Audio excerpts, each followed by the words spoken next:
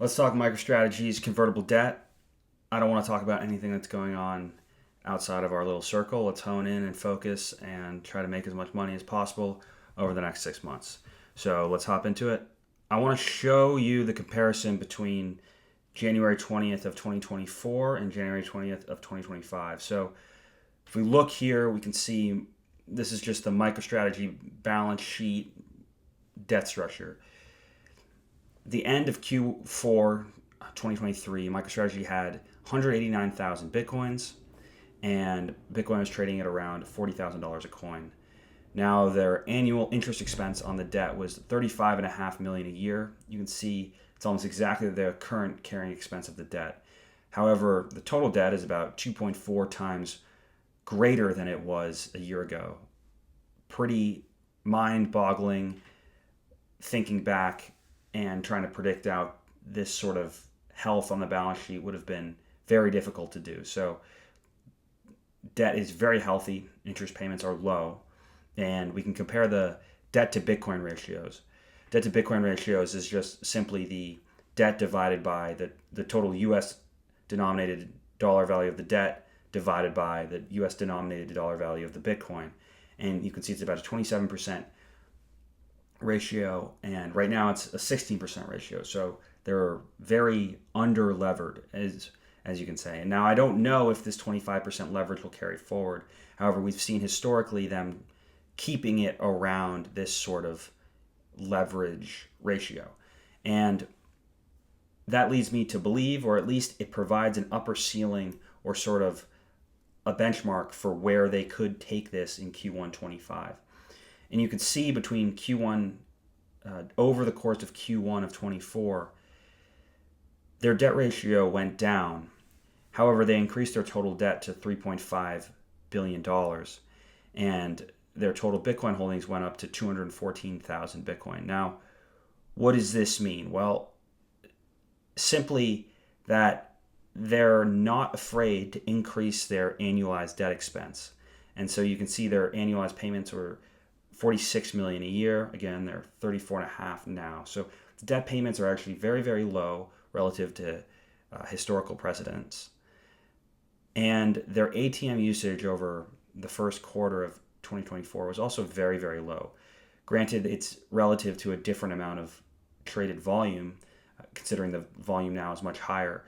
But that's a key point, is that they had a higher debt carrying costs than they do now, and they had less access and ability to use the ATM. So I think crazy things could happen. I don't necessarily think they will. I think there's two paths that can take this. Maybe they're delevering. They're just delevering in general, and the debt ratio never climbs back up to 25%.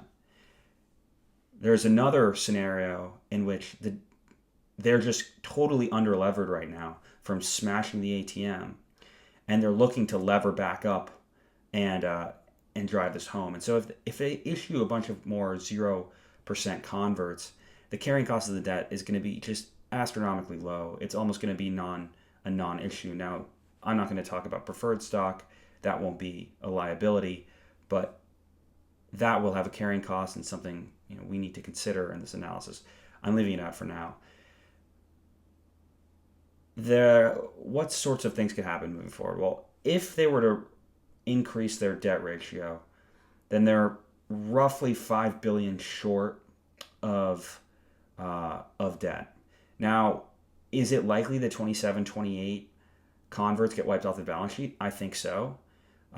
All of the convertible notes are eligible for conversion. So, not the 2029s, excuse me. But the point here is that if they wipe the 27s and 28s off their balance sheet, or the 27, 28s, 30s, 31s off their balance sheet, they're going to have an incredible amount of access to capital, right? They're going to have almost no debt.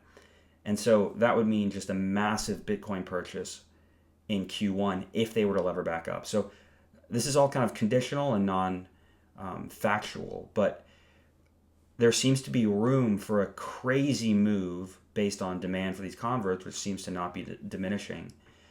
in terms of levering up the balance sheet again. And I think if you get a parabolic Bitcoin run just because of nonsense going on, coupled with aggressive Bitcoin purchasing as a result of levering up MicroStrategy's balance sheet, in addition to global liquidity going up, like there are a lot of factors aligning right now that I think will drive just unimaginable amounts of mania.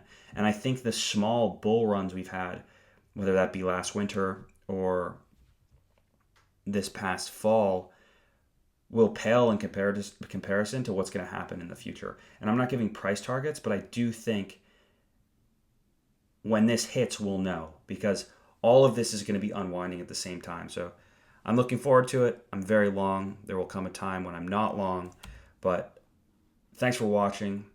Hopefully this provides some helpful insight into the debt structure. Talk to you later.